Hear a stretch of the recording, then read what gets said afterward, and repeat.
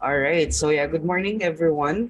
No, and apologies if medyo natagalan tayo, no, or nagkaroon tayo ng mga lapses in our subject technopreneurship, and it's because of some unexpected situations, no, especially in my place here in Bulusan, Sorsogon. Now because of the active state of Mount Bulusan, no, ng mga nakaraang weeks.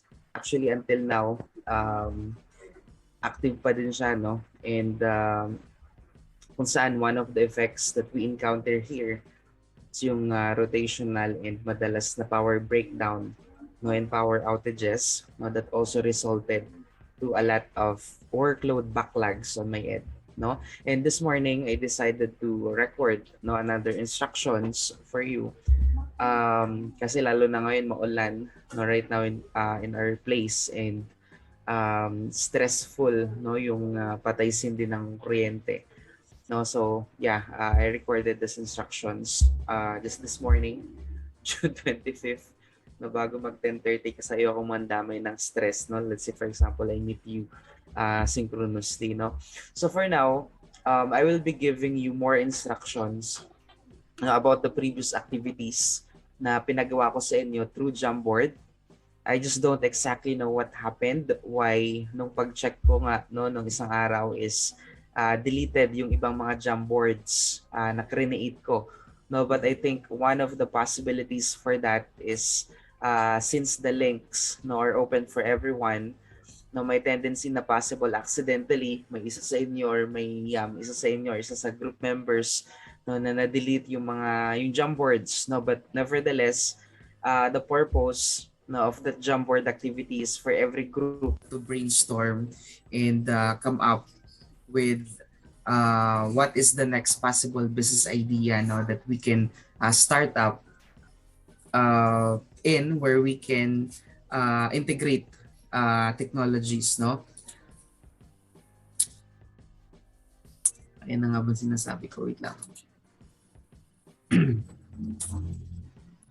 Run out. Ayan, okay. Connected pa rin. Alright. Yeah, so again, no, I would like to humbly reiterate, no, that when we say technopreneurship, no, we are talking about the creation or the development, no, of a new idea, or yung tinatawag natin na innovation, no, na kung saan we integrate those ideas with the technologies that we have, no. And by doing so, no, we only have two goals why we need to come up or why we need to generate um, with an innovation. Now, the first goal is for us to provide convenience, nor for us to offer a solution or to solve a certain problem, no, that we encounter or that we can observe around us. No? And the second goal is for us, of course, no, as business-minded persons, no, is for us to generate a profit. No? So from the first activity na pinagawa ko sa inyo, which is individually is for you to evaluate or to assess yourself, no, and your environment in order for you to think of something, no, to think of something that you may think, no, that can be a good business idea. Now, from your individual perception, if ever ba na magkakaroon kayo ng business or magtatayo kayo ng business, anong klaseng negosyo ba, no, yung pwede nyong itayo or pwede mong itayo or simulan, no. And before you come up with that possible business idea, no, is marami kayong factors na chinek, no, and consider on that activity before coming up with the possible business idea, no, na pwede nyong gawin out of what you can do or out of what talents you have or out of what your community needs, no, or out of what solution you can provide or out of what might be something, no, na magiging mabenta or possible na or something na possible na mas marami ang bibili, no.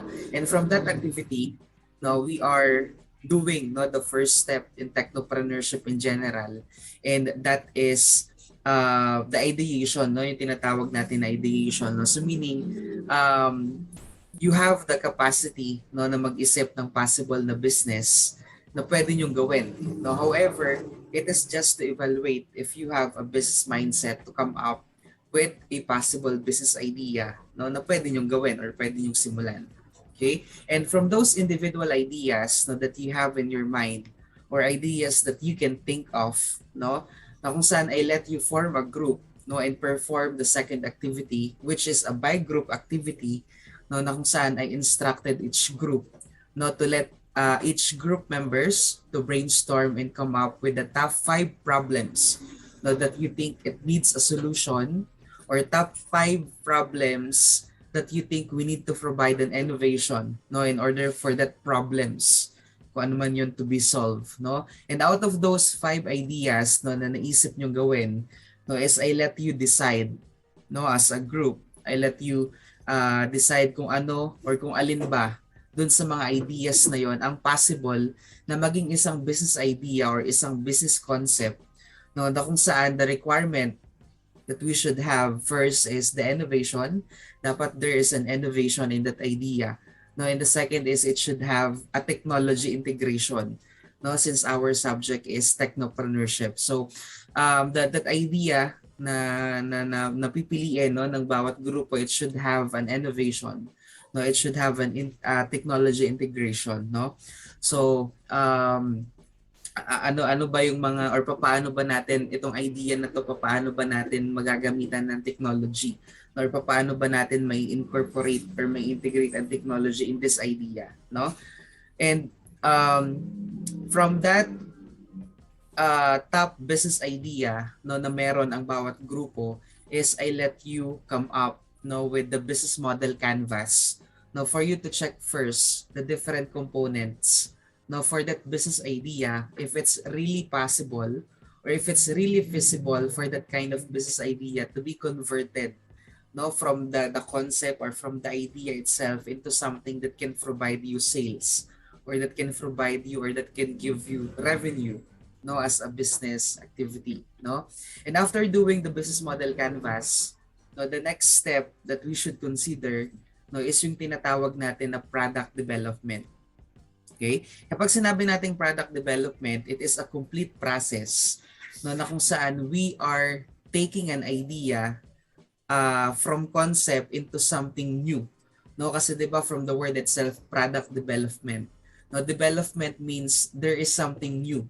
No, or pwede rin naman na we are taking an existing product, no, meron tayong ginagamit or chine-check na existing product, but we have to make sure that we are also modifying it, no, for us to come up with something new, no, that we can offer to the market, no. So yung tinatawag natin na product development, no. So in simpler context, or in other words, no, when we say product development, this is a strategy, no, na kung saan it provides a framework, no, either for creating new products or improving the quality of an existing product, no. Na kung saan itong strategy na ito, this is something na tumutulong, no, sa isang negosyante for them to achieve their business goals, no, like it's either offering a new product or entering a new market or selling more to existing customers or gaining customers from competitors, no. So ano ba yung pwede nating gawin sa isang product that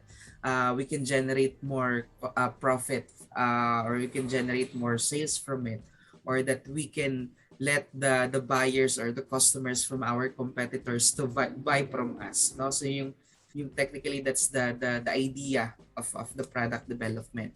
Now, so once again, when we say product development, it is a process, no, na kung saan we design or we create and we market new products or services, no. And product development is something that should always be present in the technopreneurship cycle, no. Kasi 'di ba meron tayong tinatawag na pabago-bagong trends, no, and pabago-bagong uso or pabago-bagong mainstream. Yun, mainstream ang iniisip ko kanina. Na meron tayong tinatawag na mainstream, no, na kung saan yun nga nagkakaroon ng pabago-bagong nagte-trending, pabago-bagong trends, pabago-bagong uso, or pabago-bagong pangangailangan, no. That's why we should always take product development. No, we have to keep up with the changes and trends in the market, kasi once we don't keep up or once na hindi tayo sumunod, then syempre mapag-iiwanan ka, no.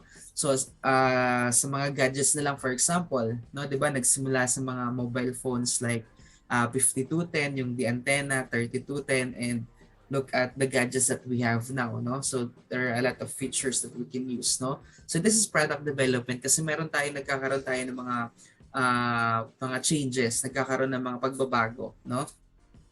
And no, product development, no, is something na talagang there are also other factors or components din na kino-consider, and medyo broad din itong product development na ito, na pag sinabi nating product development, hindi lang siya yung basta kailangan ka lang mag-develop ng product. Now, of course, like the business model canvas, there are also some things or factors that we need to consider, no? And medyo broad nga itong product development na ito, and after this product development, no, is meron din tayong tinatawag na customer validation.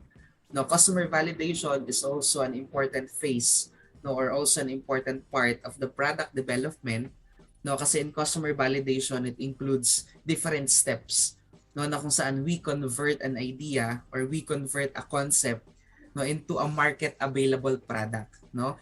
And in order for you to learn more, no, or to know more details about this product development and customer validation, no, is meron akong ipapatake sa inyo na online course for you to know more about technopreneurship, no, or to know more about business models, and to learn what product development and what customer validation is all about. No, so I will let you take an online course now from TESDA. No, so this is from TESDA, no, so that after taking this course, every one of you will have a certificate of training in technopreneurship, no. So meron na agad kayong may ipon, no, na certificate from TESDA, and that is technopreneurship, no. So I will send you a Google Docs for more instructions how to do that.